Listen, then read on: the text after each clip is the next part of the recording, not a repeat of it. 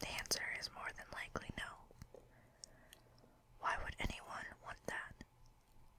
No one wants to be fixed because no one wants to admit to themselves that they could even be broken. Denial. It's a symptom of depression. Depression can cause brokenness.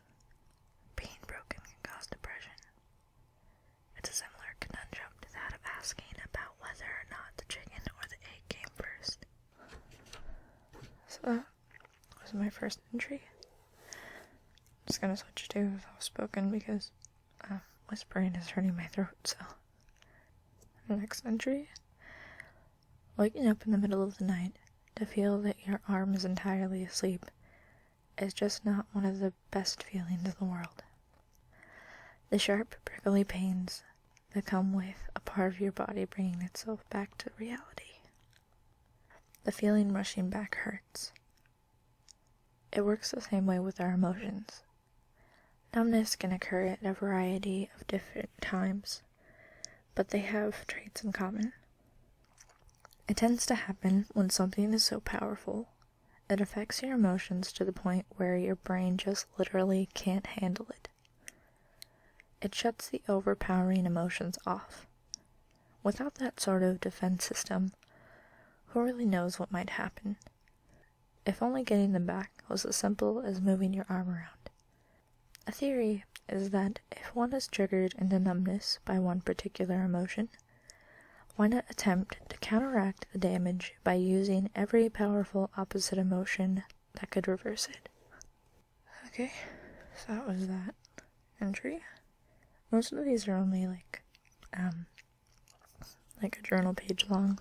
Some of them are a little longer than that, but those ones are just a page. So here's this one. Now let's talk about something that is at least slightly more lighthearted. Love is this thing that can get you into a hell of a lot of trouble. On the other hand, maybe you discover that, for once in your life, you feel like there is some sort of point to all of this. Loving anyone. Well, I'm not sure that words within the English language can describe it justly. There are several different kinds of love, too. There's the love you may or may not have for your family. Those are sort of the people we are automatically inclined to love. Not that we always do. Opposite from that, there's a chance we could end up loving someone we know we absolutely shouldn't. A person that we know for a fact will hurt us, and for some unknown reason, we would follow them into the depths of hell, regardless of their strain on our health. The sort of person we could do that for is probably someone we are either obsessed with or in love with. That can be a very fine line. It takes a lot of effort to really understand the difference. I tend to think that it is similar to the distinction between the thought process of need and want. I think that only works more towards the beginning developments of a crush or relationship. If you truly feel you need someone to the point of saying you can never be happy or even feel happy without them, and it's only been a week, I'm sorry to say, but you're definitely obsessed and maybe not even the least bit in love. If you say something more like that of really wanting to be around that person a little more because they make you laugh or just that it feels nice to be around them, probably heading more towards falling in love with them rather than obsessing over them. Okay, this one actually has some spoilers to a show called Chasing Life. So if you plan on watching that show at all, I'm just gonna give you a warning here that it could contain some spoilers. Well, it does 100% contain spoilers, so fair warning. Chasing Life, if you want to watch it, which I highly recommend you should, I'm spoiling it. So this is also about death, sort of. And it's the basis of all of this, so if you don't want to, I'll put a trigger warning at the beginning of this video, just for anyone that may or may not feel comfortable hearing about any of this. What if I died tomorrow? I binge-watched a series known as Chasing Life, centered around this young woman named April Carver, who finds out she has cancer. I would suggest not reading this if you plan on watching the show. Yeah, as I said. I do highly recommend it, as it's magnificent, but fair warning, it will almost definitely make you cry if you have any sort of feelings at all. So, now to the main point of this. I apologize for that. My throat does this weird bubbly thing sometimes. Just ignore it. Back to the main point of this, which is to talk about how I would feel if I died tomorrow. You see, this one episode that I watched followed April as she went on a scavenger hunt. Her, as of the previous episode, dead husband left behind. He created this hunt shortly after his doctors told him his cancer would be terminal. Ironically enough, he was cancer-free when he died. Back to the scavenger hunt. It ended up leaving April to a letter from him, stating that his only regret was that he hadn't experienced real love, but that he hoped that he was wrong, and that the person reading the letter turned out to be the person he ended up falling in love with. April was the person he ended up falling in love with. So, I mean, there was something somewhat uplifting after the show killed off my favorite character. His scavenger hunt got me thinking, would I have any regrets if I did die tomorrow? Would you? One of the biggest things I have ever taken away from this show, in particular, is that you shouldn't live your life just for the future, because it's not really living at all. Sure, don't go crazy and do a bunch of illegal things, but live in the now and really experience life. Savor all of the little things. Say yes more often. Go to that concert and eat that delicious ice cream from the best place in the town.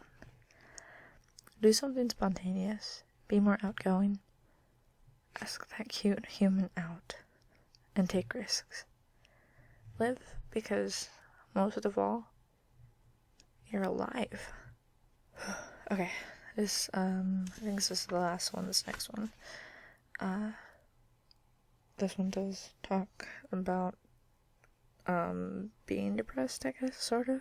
Not my personal view, I guess. Not like from a first person point of view, but from a